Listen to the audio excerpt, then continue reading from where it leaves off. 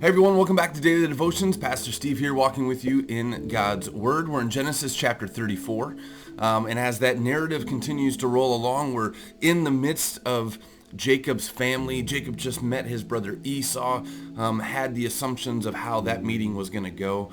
And Esau overwhelmed him with love and acceptance rather than dishonesty and betrayal that was there before in their relationships. But as this narrative continues to roll on, it just unrolls for us the reality of humanity. The reality of humanity, and the chaos of sin in humanity, and the scriptures not actually buffering us from that, not keeping the real, genuine reality of humanity in families, even in the patriarchs, from us. And that's what I can glean from chapter 34. There's another sinful behavior. There's another interaction that is not of God in and amongst this blessed and honored family of Jacob. Genesis chapter 34. It speaks for itself, so let's read together. Genesis chapter 34 says, "Now Dinah, the daughter Leah had borne to Jacob, went out to visit the women of the land. When Shechem, son of Hamor, the Hivite, the ruler of that area, saw her, he took her and violated her. His heart was drawn to Dinah, daughter of Jacob, and he loved the girl and spoke tenderly to her. And Shechem said to his father Hamor, 'Get me this girl as my wife.' When Jacob heard that his daughter Dinah had been defiled, his sons were in the fields with his livestock, so he kept quiet about it until they came home."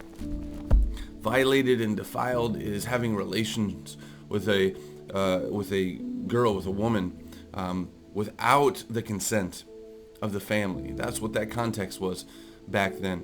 You needed to, as Jacob did, work for the proving of yourself, of that woman, of that family.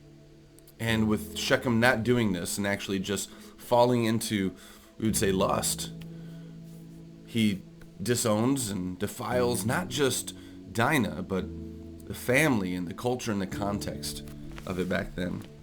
As well as Hamor, right? The Hivite, meaning Shechem is outside of the nation of Israel at this time. Another defilement. Verse 6 then says, "Then Shechem's father Hamor went out to talk with Jacob. Now Jacob's sons had come in from the fields as soon as they heard what had happened. They were filled with grief and fury, because Shechem had done a disgraceful thing in Israel by lying with Jacob's daughter, a thing that should not be done. But Hamor said to them, 'My son Shechem has his heart set on your daughter. Please give her to him as his wife. Intermarry with us. Give us your daughters and take our daughters for yourselves. You can settle among us. The land is open to you. Live in it, trade in it, and acquire property in it.'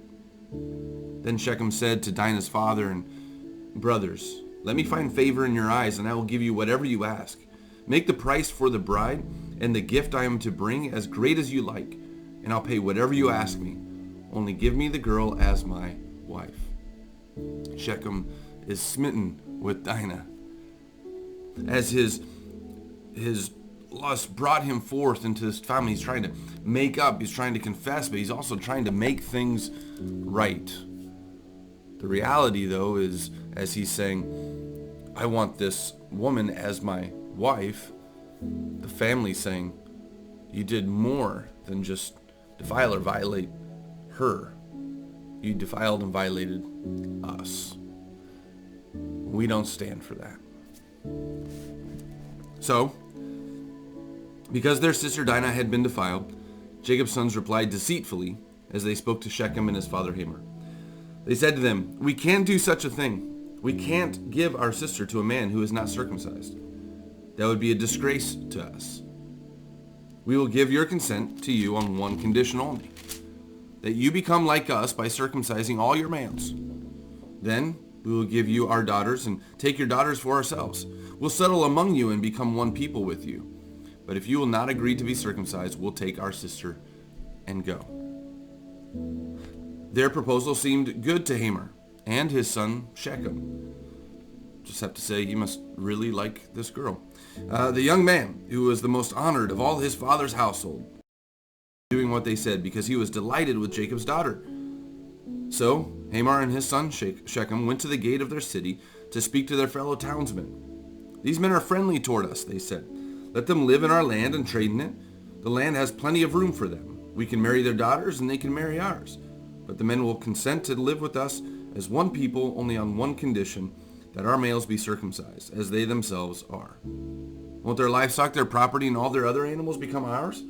So let us give our consent to them, and they will settle among us." And that's a hard argument for the men of the town because of one person's desire for a wife and the coming together, but then all of a sudden they throw the reality and the consent of others because it's going to improve the prosperity of the people. Just have to do this one little thing. So verse 24 said, "All the men went out of the city at gate, agreed with Hamor and his son Shechem, and every male in the city was circumcised." 3 days later, while all of them were still in pain, 2 of Jacob's sons, Simeon and Levi, Dinah's brothers, took their swords and attacked the unsuspecting city, killing every male. They put Hamor and his son Shechem to the sword and took Dinah from Shechem's house and left. The sons of Jacob came up upon the dead bodies and looted the city where their sister had been defiled. They seized their flocks and herds and donkeys and everything else of theirs in the city and out in the fields. They carried off all their wealth and all their women and children, taking as plunder everything in the houses. Then Jacob said to Simeon and Levi, "You have brought trouble on me by making me a stench to the Canaanites and Perizzites, the people living in this land. We are few in number, and if they join forces against me and attack me, I and my household will be destroyed." But they replied, Should he have treated our sister like a prostitute?" Revenge and anger, the reality of what that defilement and violation did for Jacob's household was great. And brothers needed to, or wanted to, set it right. And as they believe that they brought justice and brought that settlement toward it, it's going to be a continual confrontation now. Canaanites, Perizzites, Hivites, all these people around of being able to, can Jacob's family's word be trusted? They deceitfully schemed to bring these men to this place so that they could actually have revenge and violate and defile their towns and take over their families and livestock and prosperity that they had. And so once again, a narrative that unfolds that really truly isn't, as what we would say, the design of God. Yet the narrative continues to unfold. While there's going to be confrontation, there is still a promise, and there's still a blessing for Jacob's family. Will they follow it? Will they run to their own ways? That's part of the narrative unfolding before us. But here's something that I just want you to grab a hold. Here's something that I just want you to walk with, and how beautiful this is. While man and its defilement and violations and walking away from the design of God, God never runs in a different direction. He just remains the same with his promises and with his blessings in the midst of unfolding narratives that aren't his ways. But he directs them. He uses them to unfold his narrative of continuing to be a promise and a blessing for his people. And so it doesn't give us an excuse, brothers and sisters, to run our own way, because God's always going to bring us back and be able to remain the same. But just hear these beautiful words. God remains the same. In the midst of what you're walking through, I pray not in the midst of what you're running away from, but rather you walk and follow a God that remains the same in his promises and blessings, no matter the circumstances. And he's going to lead you. He's going to lead you to living waters. He's going to lead you in the path of righteousness. He's going to lead you for his name's sake, because you're his people. To walk behind him as he walks before us, remaining the same, a God of promises and a God of blessings, a God of justice, but a God that is for you, walking with you in truth and walking with you in joy. Our God remains the same. Our God's promises and blessings are always in front of us. May we follow him as we continue to walk in those promises and blessings. We say this in this way.